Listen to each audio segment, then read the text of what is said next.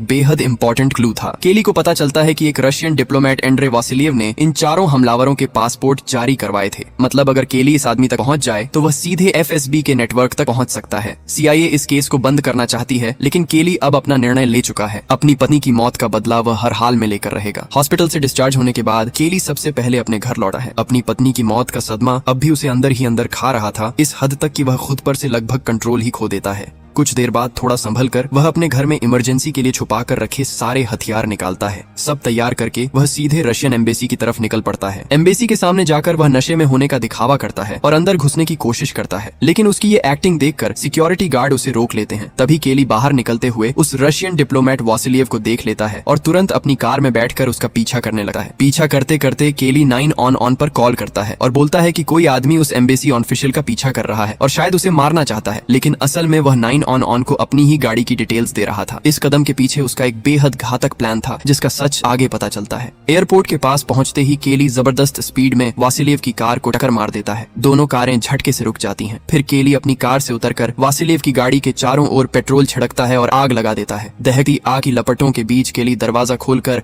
अंदर घुस जाता है। अंदर जाते ही वह वासिलिएव से उस चौथे हमलावर का नाम पूछता है, लेकिन वासिलिएव नाम बताने के बजाय उल्टा ही कह देता है, क्या रे तू अभी तक जिंदा कैसे? ये सुनकर केली बुरी तरह भड़क उठता है और वासिलिएव के पैर में गोली मार देता है। फिर उसकी गर्दन पकड़कर कहता है, अगर अभी के अभी उस आदमी का नाम नहीं बताया तो यहीं पर खत्म कर दूंगा। आखिरकार मजबूर होकर वासिलिएव नाम बता देता है। उसका नाम है विक्टर रायकॉफ और नाम सुनते ही केली उसे गोली मारकर खत्म कर देता है। तब तक पुलिस भी वहां पहुंच जाती है और केली खुद ही गाड़ी